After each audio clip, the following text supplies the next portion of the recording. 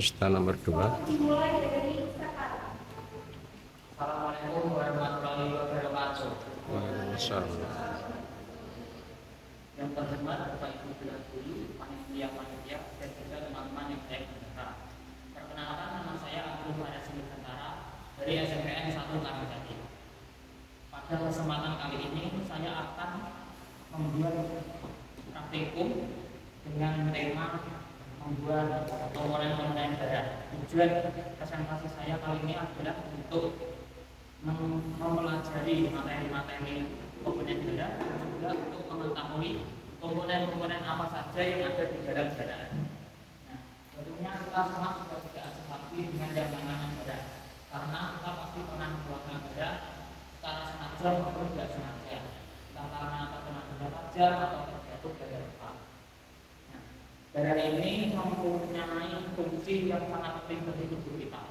Salah satu fungsinya adalah dapat mengangkut zat-zat makanan untuk diedarkan ke seluruh tubuh manusia. Nah, di dalam darah kita ini kan ada banyak atau terdapat komponen-komponen darah yang nanti akan saya gambarkan melalui praktikum ini. Pada praktikum kali ini saya akan membuat komponen-komponen darah menggunakan alat dan bahan yang sederhana. Alat yang diperlukan adalah ada tabung reaksi, lalu gelas ukur, yang ketiga ada minyak tanah, yang keempat ada air, dan yang terakhir ada pewarna makanan.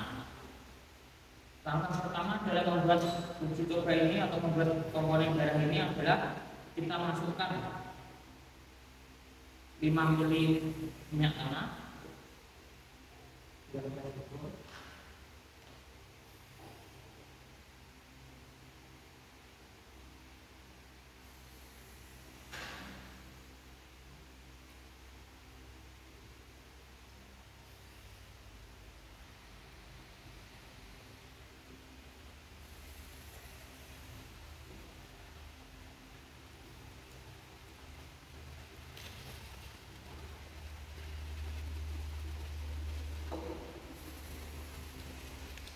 setelah ini kita masukkan ke dalam tabung reaksi.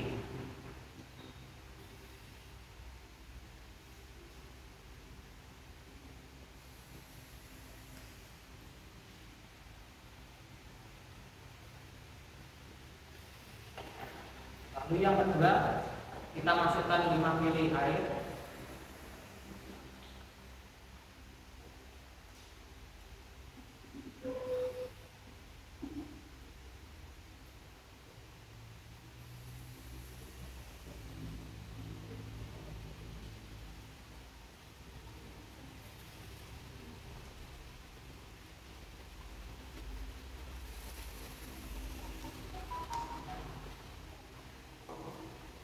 Setelah itu kita masukkan ke dalam tabung reaksi.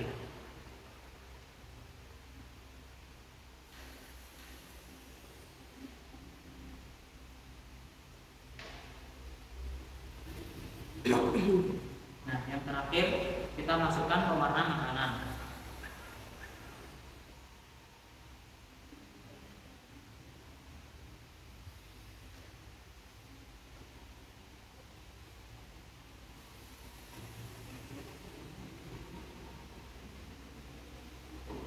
Setelah itu kita cocok.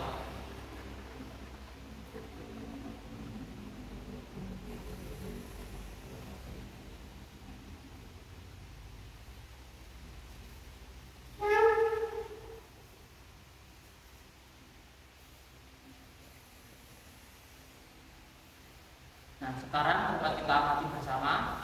Di dalam tabung reaksi ini ada beberapa lapisan. Nah, beberapa lapisan ini menunjukkan ada beberapa komponen yang ada di dalam darah kita. Lapisan yang paling atas ini menunjukkan bahwa adanya plasma darah. Lalu lapisan yang tengah ini menunjukkan leukosit atau sel darah putih. Lalu butiran-butiran ini menunjukkan putih darah atau trombosit. Dan yang terakhir paling bawah ini menunjukkan eritrosit atau sel darah merah. Nah, plasma darah ini berjumlah 55% dari seluruh volume darah. Lalu eritrosit atau sel darah merah ini berjumlah 45% dari seluruh volume darah, sedangkan leukosit dan trombosit hanya berjumlah sedikit, sekitar kurang dari 1%. Nah, pertama saya akan membahas tentang plasma darah. Plasma darah ini tersusun atas 91,5% air, lalu juga tersusun atas 8,5% zat terlarut. Apa fungsi dari plasma darah ini? Plasma darah ini mempunyai beberapa fungsi. Salah satu fungsinya adalah plasma darah ini berfungsi untuk melarutkan zat-zat kimia. Lalu yang kedua adalah sel darah. Sel-sel darah ini dibagi lagi menjadi 3. Yang pertama ada eritrosit atau sel darah merah, yang kedua adalah leukosit atau sel darah putih, dan yang ketiga ada keping darah atau trombosit. Yang pertama adalah eritrosit atau sel darah merah. Eritrosit atau sel darah merah ini berbentuk bulat pipih, lalu di tengahnya tepung, dan juga sel darah merah ini tidak memiliki inti sel. Lalu mengapa sel darah merah ini berwarna merah? Sel darah merah ini berwarna merah karena adanya hemoglobin. Hemoglobin ini yang menyebabkan sel darah merah bisa berwarna merah. Hemoglobin juga menyebabkan sel darah merah ini mampu untuk mengangkut oksigen dari paru-paru untuk diedarkan ke seluruh sel-sel di dalam tubuh. Lalu yang kedua ada leukosit. Leukosit atau sel darah putih ini berbentuk tidak tetap dan juga memiliki inti sel. Jadi satu-satunya sel darah yang memiliki inti sel adalah leukosit. Apa peran dari leukosit ini? Leukosit ini berperan untuk melawan kuman atau bibit-bibit penyakit yang ada di dalam tubuh kita. Jadi ketika seseorang kekurangan leukosit, maka orang itu akan mudah terkena penyakit atau akan rawan terserang penyakit. Dan apabila ketika di dalam tubuh kita kelebihan leukosit, maka akan terjadinya infeksi. Lalu yang terakhir yang ketiga ada trombosit. Trombosit atau keping darah. Trombosit ini berbentuk tidak teratur dan juga tidak memiliki inti sel. Dan peran dari trombosit ini adalah untuk proses pembekuan darah. Jadi ketika kita terluka, lalu darahnya itu bisa berhenti karena adanya trombosit. Mungkin itu praktikum saya dan praktikum saya tadi. Kita dapat mempelajari apa saja komponen-komponen darah dan kita dapat mengetahui apa saja yang ada di dalam darah. Terima kasih.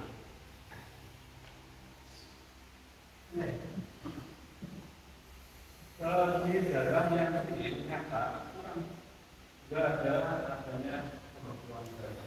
Bagaimana bisa menjelaskan tentang pembekuan darah? Ketika kita terluka, kan darah itu mengalir, lalu trombosit itu akan menutup luka yang ada di tubuh kita. Jadi darah-darah itu tidak jadi mengalir keluar.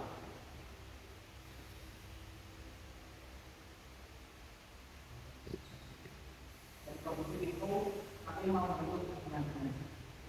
Bisa dijelaskan penggunaan alasan penggunaan minyak goreng banyak tangan di daerah berkali-kali minyak goreng yang pertama. Yang kedua, kalau dijelaskan ini memang sangat kentara sekali antara plasma darah yang ditandai dengan minyak yang bisa dengan sel darah merah begitu. Cuman yang saya ingin tahu berikutnya adalah bahwa kalau disebutkan ada eritrosit dan trombosit, ini cara membedakannya dari morfologi bagaimana? Dari ini trombosit ini ada sedikit dari sini, dapatkan leukosit. Leukosit itu kan jumlahnya sangat sedikit, kurang dari 1%. Jadi dari sini juga tidak terlalu jelas. Antara minyak dan juga air ini kan trombositnya, trombosit itu seperti itu kami berkira belum ini. Dari unsur komponen dari ada 4, yaitu menunjukkan bahwa ada 4 komponen. seandainya seseorang itu ada makanan yang diasup atau makanan yang diserap ini dari dua komponen zat, berarti kan ditambahkan zatnya adalah mie sama zat protein. Padahal seseorang itu asupan makanan yang dimakan, yang didapat itu kan lebih dari dua. Komponen darah ini apakah juga terdiri 4 komponen ini yang dominan? Yang kedua, untuk membedakan persentase bahwa komponen darah 1, 2, 3 itu dari mana?